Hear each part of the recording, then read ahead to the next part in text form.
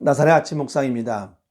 오늘도 은혜의 말씀 안에서 순종의 삶을 살아가기를 원합니다. 오늘 우리가 들을 말씀은 누가복음 4장 16절에서 30절 말씀입니다.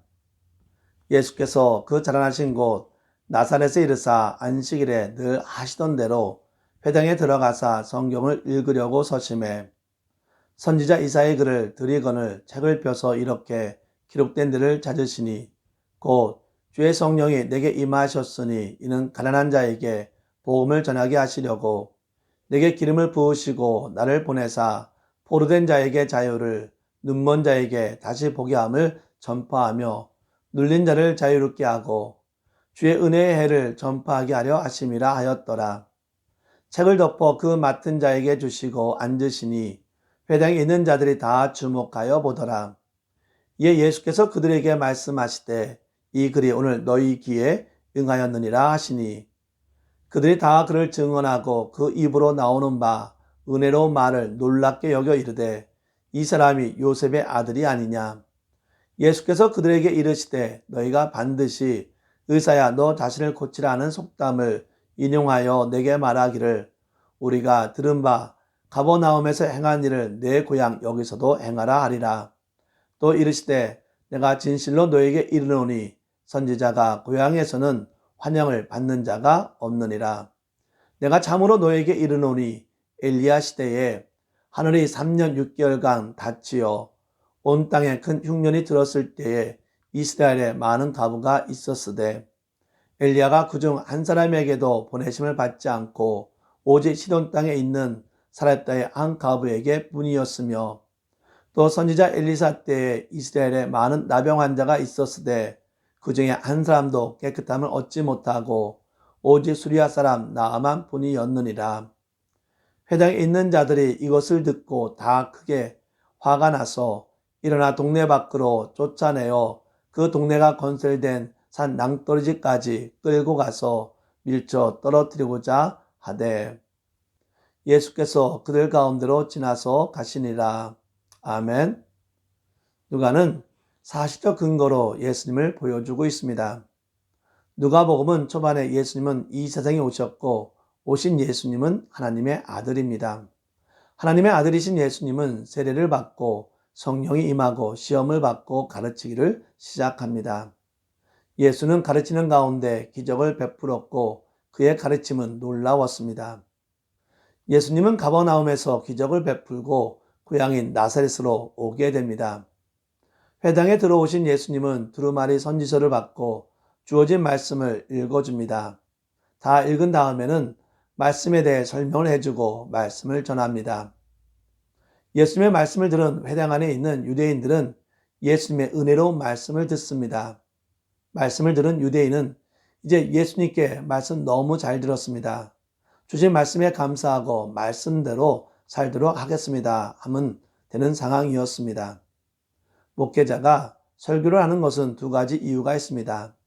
하나는 복음의 말씀을 전하기 위해서이고 둘째는 들은 말씀에 순종하는 삶을 살도록 하기 위해서입니다.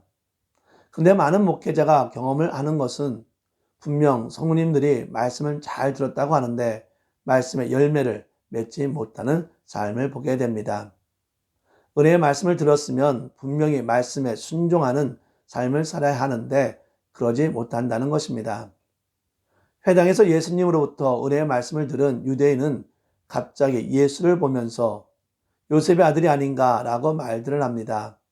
그들이 좀 전에 들었던 은혜의 말씀은 다 사라지고 단지 출신 성분만을 중요시 여기는 사람들이 되었습니다. 예수님의 출신 성분을 따지는 그 순간부터 그들에게 말씀은 사라지고 예수님을 조롱하며 비웃기 시작했습니다. 유대인들이 은혜의 말씀에 대한 태도는 예수님의 출신 성분으로 인해 조롱하는 태도로 바뀌었던 것입니다. 이 시간 우리 역시 은혜의 말씀에 대한 태도가 어떤지 간단하게 생각해 보았으면 합니다. 우리들도 은혜의 말씀이었습니다 하면서도 말씀에 순종하기보다는 불순종하는 이유는 무엇입니까? 어떤 분들은 설교를 하나님의 말씀이 아니라 단지 목사님들의 말로 여기며 순종을 해도 되고 하지 않아도 된다고 생각하시는 분들이 있습니다. 성경 말씀은 좋은 말씀이지만 다 지킬 수 없는 말씀이니 다 지킬 필요가 없다고 생각하시는 분들이 있습니다. 성경 말씀은 단지 이스라엘의 역사라고 하면서 성경 말씀을 지킬 필요 없다고 하시는 분들도 있습니다. 과연 이러한 모습들이 은혜의 말씀을 대하는 태도로 옳은가 생각해 보기를 원합니다. 은혜의 말씀은 잊어버리고 출신 성분으로 인해 예수님을 조롱하는 유대인들에게 예수님은 엘리야와 엘리사에 대해 말씀을 전합니다. 엘리야 때 3년 6개월 기간 동안 비가 내리지 않는 가뭄이 있었습니다. 이 가뭄 때 어느 누구도 엘리야에게 친절을 베푼 사람이 없었는데 이방인인 시돈의 사렙다 가부만이 엘리야에게 친절을 베풀었습니다. 예수님 이 말씀을 통해 그들에게 이스라엘 선지자가 유대인에게는 배척을 받고 이방인 가부에게 친절을 받았음을 가르치는 것입니다. 예수님이 하신 이 말을 듣고 무슨 말을 하고 있는지 이해가 되는 유대인들은 과연 어떤 마음이겠습니까? 이러한 모습들이 우리 삶 속에서도 볼 수 있습니다. 하나님의 자녀된 자들이 주신 말씀에 순종하기보다는 불순종의 모습으로 살아가는데 세상에 사는 사람들은 양심에 주어진 말씀에 순종하며 살아가는 모습을 볼 수 있습니다.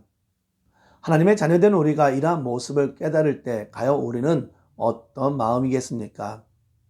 예수님은 엘리사에 대해 말을 합니다. 엘리사 시대에 이스라엘을 포함하여 많은 나병 환자가 있었습니다. 그런데 이스라엘의 선지자가 유대인 나병 환자를 고친 것이 아니라 이방인 나병 환자를 고치셨다는 것입니다. 하나님의 백성인 이스라엘 백성에게 말씀을 선포하는 선지자가 고침을 베푼 사람이 이스라엘 백성이 아닌 이방인이었다는 말을 들은 것입니다. 이 말을 들은 유대인들의 마음은 어떻겠습니까? 예수님으로부터 들었던 은혜의 말씀이 출신 성분을 따지는 그들에 의해 말씀은 사라졌고 말씀이 사라진 그들의 마음에는 화와 분노만 가득 찹니다. 하나님의 자녀인 우리 역시 주어진 말씀에 대한 은혜가 사라지게 된다면 과연 우리는 어떻게 되겠습니까? 은혜의 말씀을 붙잡고 순종하며 살아가야 합니다. 유대인들에게는 화와 분노만 남았습니다. 과연 이들의 태도가 옳은 것일까 생각을 해봅니다. 예수님 말씀 때문에 유대인들이 화를 내고 분노할 수 있습니다. 그런데 예수님이 이들에게 이렇게 말씀하신 이유가 너희의 잘못으로 인해 복음이 이방인에게로 넘어갔다며 그들을 질책하고 있는 것입니까? 즉 예수님은 이들에게 화를 내게끔 하기 위해 이 말을 한 것입니까? 세례 요한과 예수님은 사역을 시작하며 이렇게 말을 했습니다. 회개하라, 천국이 가까이 왔느니라. 예수님은 오늘 본문에서 말씀이 너희 가운데 이루어졌다라고 말을 합니다. 정말 이들이 메시아를 기다렸고 은혜의 말씀을 들었다면 이들이 먼저 해야 할 것은 화와 분노가 아니라 회개였습니다. 예수님은 말씀을 통해 이들이 회개하기를 원했던 것입니다. 그런데 이들은 들은 은혜의 말씀에 대한 태도는 화와 분노였습니다. 이들이 은혜의 말씀을 온전히 귀담아 들었다면 이들은 자신의 화와 분노에 대해 인내할 수 있었을 것입니다. 그런데 이들은 인내의 모습은 찾아볼 수 없고 오직 화와 분노의 모습만을 봅니다. 우리에게 주어진 은혜의 말씀에 대한 우리의 태도는 어떻습니까? 주어진 은혜의 말씀 때문에 우리는 서로 용서하고 사랑하며 지내고 있습니까? 주어진 은혜의 말씀 때문에 인내하며 살아가고 있습니까? 은혜의 말씀 안에서 주님께 더 가까이 나아가기를 원합니다. 화와 분노를 참지 못한 유대인들은 예수님을 끌어내어 언덕으로 끌고 가 예수님을 밀어 죽이려고 하였습니다. 오늘의 본문의 내용을 보면서 안타까운 마음을 숨길 수 없습니다. 유대인들은 왜 은혜의 말씀을 들었으면서도 예수님을 배척을 했기 때문입니다. 유대인은 예수님을 배척한 근본적인 이유는 무엇입니까? 그들이 기다렸던 메시아와 예수님이 보여주는 메시아의 모습이 달랐기 때문입니다. 그들이 바라보는 메시아는 다윗과 같은 큰 권력과 능력을 가지고 있어 지금 본인들이 당하는 어려움과 고난으로부터 구해주고 다른 나라로부터 지배를 받는 세상이 아닌 남들을 지배하는 세상을 이루어줄 메시아를 기다린 것입니다. 이들은 어쩌면 세상에 놀라는 기적을 행하며 새로운 나라를 이룰 것을 기다리고 있는 것입니다.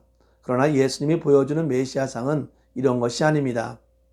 과연 예수님이 이들에게 보여줄 수 있는 기적은 무엇입니까?